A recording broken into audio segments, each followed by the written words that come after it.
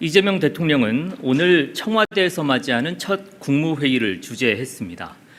오늘 회의에는 3건의 부처 보고와 52건의 심의 안건이 상정됐습니다. 먼저 공개 회의에서 대통령의 주요 메시지를 살펴보겠습니다. 여러 발언이 있었습니다만 오늘은 크게 5개의 핵심 메시지를 짚어보도록 하겠습니다. 첫 번째로 이재명 대통령은 오늘 회의를 시작하며 대통령의 가장 큰 책무로서 국민 통합을 여러 번 강조했습니다.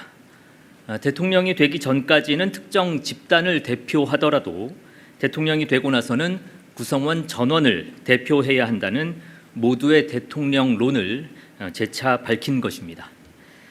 이 대통령은 무지개와 콘크리트를 예로 들면서 의견이 다른 것은 불편이 아닌 시너지의 원천이라는 점을 분명히 했습니다. 다만 이 대통령은 통합에 있어 근본적 가치와 원칙을 훼손하면 안 된다는 점도 강조했습니다.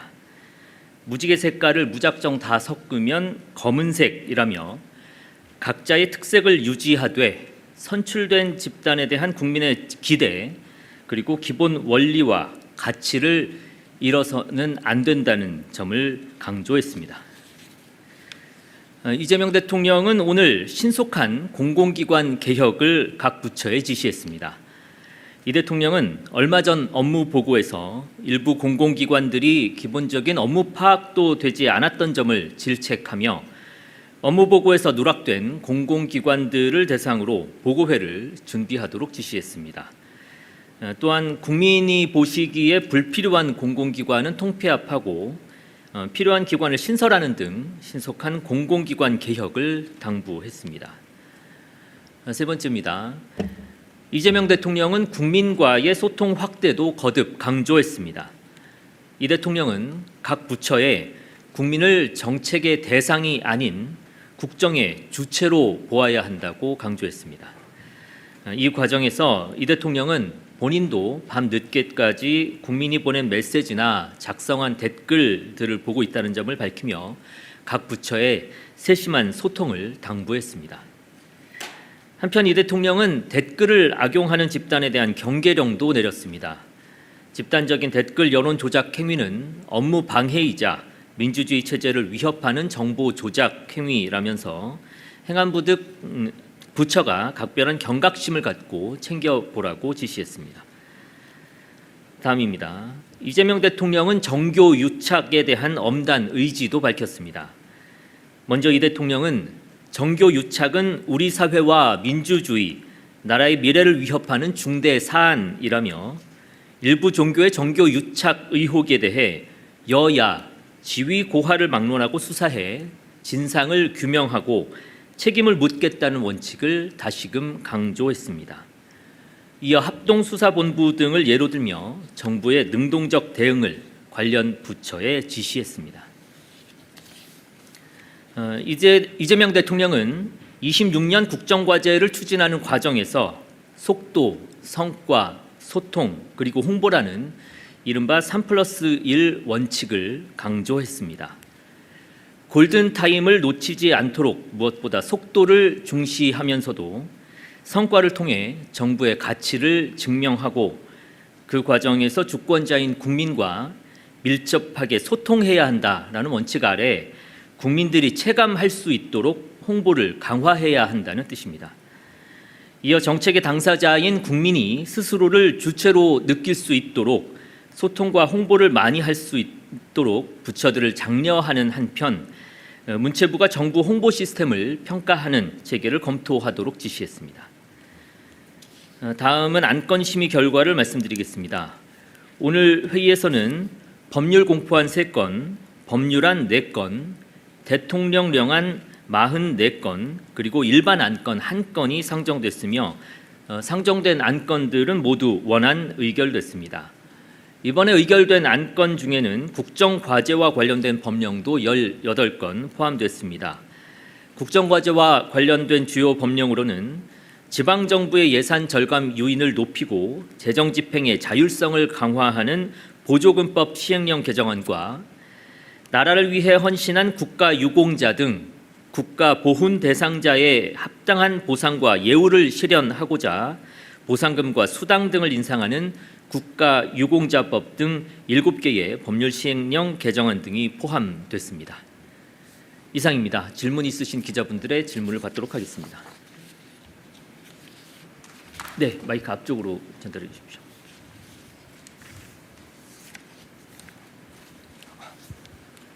예, 대변인 안녕하세요. 매일경제 성손입니다.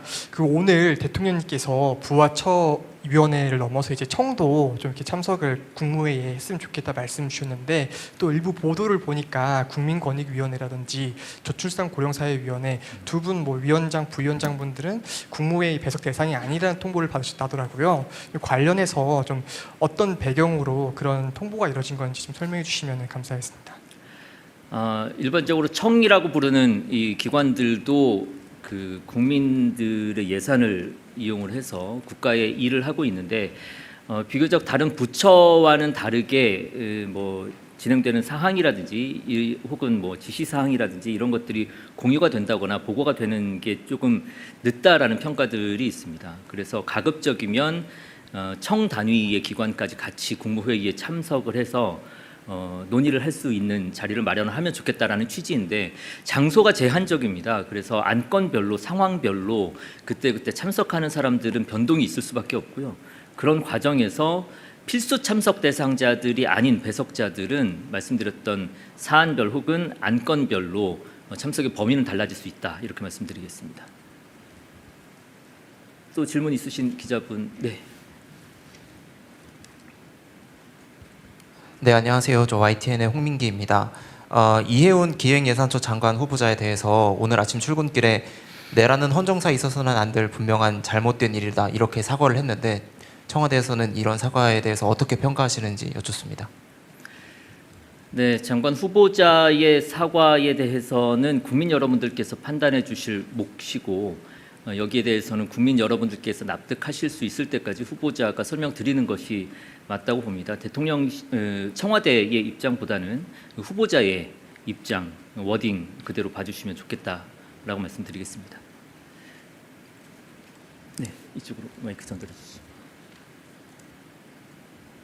네, 안녕하세요. 대변인님, 오마이뉴스 이경태 기자입니다. 다른 게 아니라 오늘 정보통신망법 개정안에 대한 심의가 이루어졌는데, 관련해서 토론이나 질의가 있었는지 좀 궁금하고요. 대통령이 앞서 사실적시 명예훼손죄 폐지를 검토해야 된다라는 주문도 하셨는데, 이 부분이 사실 처리가 되지 않았거든요. 그래서 관련해서 좀 얘기가 있었다면 좀 구체적으로 전해주시면 감사하겠습니다. 네, 어떤 의견을 덧붙이기보다는 그냥 오늘 국무회의에서 있었던 거를 말씀드리는 게 바람직할 텐데, 오늘 특별히 이 안건에 대해서는 논의가 더 이루어지지 않았습니다. 그래서 이 자리에서는 국무회의와 관련해서 특별히 더 말씀드릴 사안은 없이 원안 처리가 됐다라는 말씀드리겠습니다. 다른 질문 혹시 또 있으실까요? 네, 이번 이쪽으로. 네, 안녕하세요. 대변인님, 헤럴드경제 문혜연 기자입니다. 다름 아니라 오늘 유철한 권익위원장이 사의 표명을 방금 전에 했는데요. 혹시 대통령께서 수리하셨는지 여쭙습니다. 아직 제가 들어오기 직전까지는 제가 처리되지가 않아서, 혹시 제가 처리가 되면 언론인 여러분들께 공지드리도록 하겠습니다. 네, 이번엔 네, 수고 많으십니다. 강원도민일보 이세훈 기자입니다. 오늘 국무회의에서 공공기관 이전과 관련해서 지역경제 활성화에 기여할 수 있는 방안에 대해 점검해 보라고 하셨습니다. 그래서 이 같은 방안은 아무래도 이제 특정한 부처만이 아니라 이제 여러 부처가 연계하고 또 협력해야 될 것 같은 사안인데요. 이와 관련해서도 추가적으로 논의된 것이 있을지 여쭙습니다. 추가해서 논의들이 더 진행되지는 않았습니다. 공개 발언에서 나왔었던 것들 중심으로 봐주시면 될 것 같고요. 공공기관을 지방으로 이전하는 것에 여러 가지 이유가 있고 취지가 있겠습니다만, 핵심적인 것 중에 하나가 해당 지역 발전과 관련되어 있는 부분일 겁니다. 그 취지를 충분히 살릴 수 있도록 제도화하자라는 측면에서 이해해 주시면 감사하겠습니다. 네.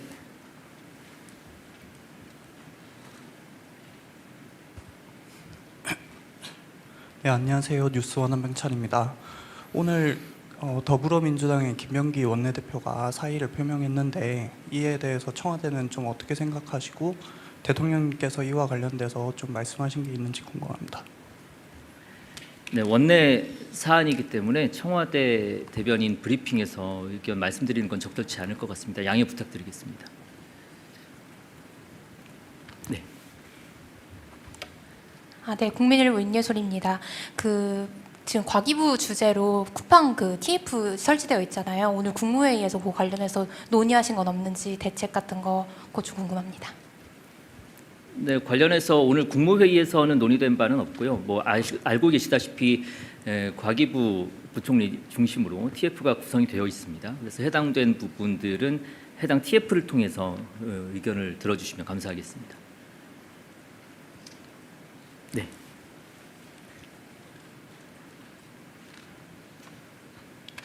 네, 저 TV조선의 최민승입니다.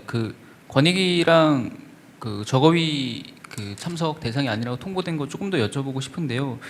두 분 다 이제 전임 정부 때 임명되신 분들인데 그런 게 고려가 안 된 건지 좀 궁금하고 정말로 그러니까 오늘 국무회의 안건과 관련이 없으신 분들이어서 불참 통보가 간 건지 좀 궁금하고요. 그리고 이해운 장관 후보자 같은 경우에는 내란에 대한 입장이나 이런 사과 같은 게 인사검증 과정에서 확인이 됐기 때문에 발탁이 된 거라고 보면 되는지 궁금합니다. 먼저 국무회의 배석자 관련해서는 아까 드렸던 말씀으로 가름을 해야 할 것 같습니다. 그 안에 말씀드려야 될 부분들이 다 포함이 되어 있는 것 같고요. 그리고 이해운 후보자에 대해서는 지난번에도 말씀을 드렸었는데 다각적인 검토 끝에 후보자로 저희가 발표를 하게 됐다 정도로 말씀드리겠습니다. 혹시 또 질문 있으십니까? 네. 네, 연합뉴스 황윤기 기자입니다. 오늘 대통령께서 통일교 및 신천지 의혹에 대해서 경찰과 검찰이 합동으로 수사하는 방안을 검토해보라고 지시하셨는데 사실 지금 통일교 의혹은 경찰청에 특별전담수사팀이 설치돼 있는 상황이거든요. 그래서 신천지가 추가되긴 하겠지만 통일교 사안에서라면 그냥 검찰이 하나의 수사 주체로 추가되는 정도의 의미만 있는 것 같은데 혹시 대통령께서 오늘 지시하신 거에 좀 구체적인 배경이나 이런 게 있을지 여쭙습니다. 지금 통일교 등을 위시해서 이제 정교 유착에 대한 부분들은 워낙 이슈도 많이 됐고 진행도 많이 돼서 그 배경들은 말씀드리지 않아도 충분히 이해하시리라 봅니다. 정교 유착을 통해서 빚어지는 사회적인 갈등들 그리고 문제들 이런 부분을 해소해야 한다라는 취지이고요. 합동수사본부 같은 경우는 일종의 예로 보시면 될 것 같은데 정부의 능동적인 대응이 필요하다. 수동적으로 방관하고 있기보다는 능동적으로 정부가 할 수 있는 현재 상태에서 역할을 다하자라는 취지에서 말씀드렸다라고 봐주시면 좋겠습니다. 혹시 더 질문 있으실까요? 네, 없으면 마치도록 하겠습니다. 수고하셨습니다.